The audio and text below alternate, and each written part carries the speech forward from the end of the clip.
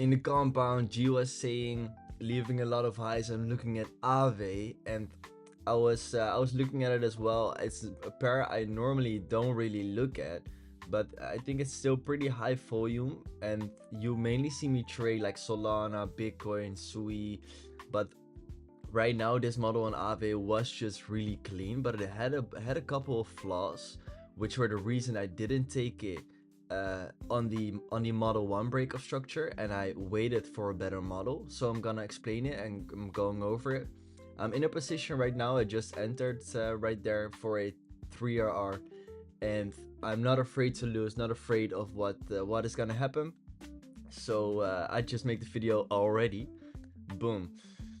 What happened here? Because when we make some context, you can see price of course went down very heavy. It didn't really do anything here and left behind some very big structure demand level and some more structure demand right here. You know, you have this, you even have the more refined demand right here. Price can come into, so that's all more refined demand. And we came into structure supply because structure was going like this, and it left behind, boom, a big inefficiency. So this was a structure supply. We rejected from it, and here we are doing something very interesting because we were in a range. Let's go back in time. Study being real, by the way, and immediately recording a video while you entered and not waiting for the result to make, you know. So your range is from low to high. Why is it from low to high? Because you're in a downtrend. In a downtrend, because you make a higher high, a higher low, but a lower high and a lower low. That means this is the local downtrend. Okay, that's good. Now we're gonna watch for a Wyckoff model, of course. Is this contextual the best place to trade an accumulation schematic? No, it's absolutely not. You don't want to trade an accumulation schematic here. You want to trade a distribution here to make sure price goes lower to the demand and maybe accumulate here, okay? That's what you want. But right here, we did something very interesting because we formed an insane accumulation schematic, like very, very good. So what do you see here when you see price? You can pause the video for yourself if you want to see if you want to know what I'm gonna say. Okay, right here we left behind a lot of liquidity, which we already took with this wick right there, which is not a good thing for the return zone. But the thing is, with this wick, we didn't take out this wick. That means we're still leaving a liquidity trail. So this is gonna be your liquidity point, this is gonna be your liquidity point, and of course the range high.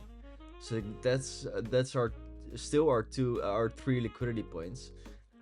This is a less good liquidity point because it took all the liquidity from the previous highs already, okay? So, but it's still highs stacking up on each other. Only it would have been better if it left some highs right there for a better return zone. Right there, you see we had a deviation of the range. Boom, this is a deviation of the range. What makes this your tap 1? This is your tap 1. This is your tap 2.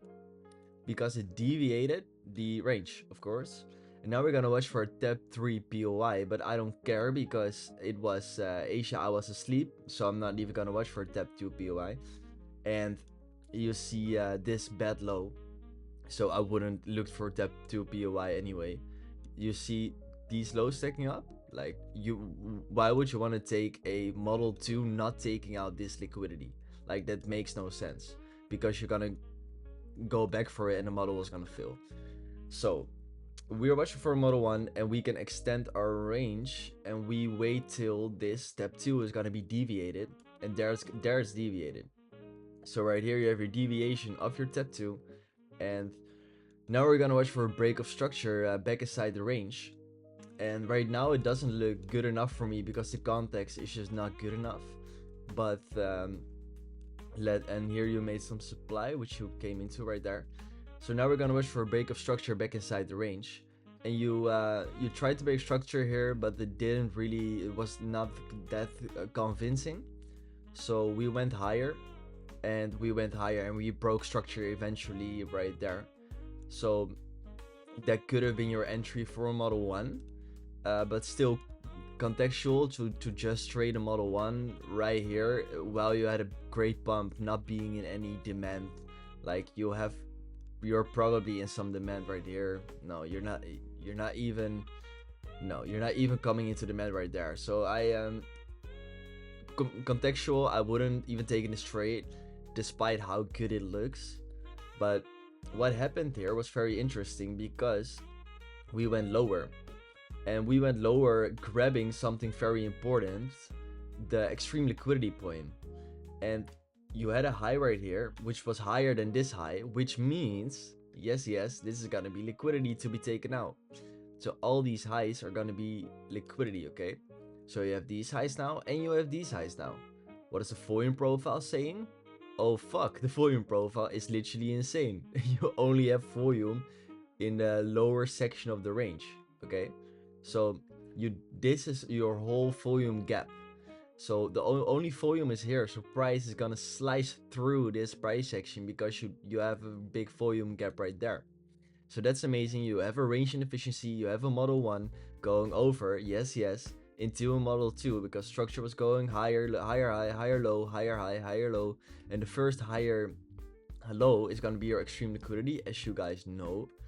So we're grabbing the extreme liquidity, boom, and now we're gonna watch for a break of structure between tap 3 and 4. So structure is of course going like this, boom, boom, lower high, lower low. Hey, we have a lower high, lower low, and we break it there. So that's gonna mean our entry is gonna be here, okay? Because we break structure right there. Of course, the most safe entry is gonna be here, because this is just a more higher time frame structure break, but it is a domino effect. If you break that structure, you're gonna break that structure. And this was not the most obvious structure because officially on the 1 minute it wasn't even structure. Oh, it was. So you had two candles going up. Like this is an inside candle of this candle, so that doesn't count. But you see this candle is this candle is higher than this candle. Okay, so that makes this structure. So you're breaking that structure. That's where I entered. Stop goes below the tap 4 or the tap 3 in the extended model, however you want to call it. And you target the range high. And let's see where price is now, because I'm still in the trade. And price is indeed going up as expected, taking out all that liquidity. Let's see if we are gonna have a partial take profit, because I'm literally live trading this now. Nah.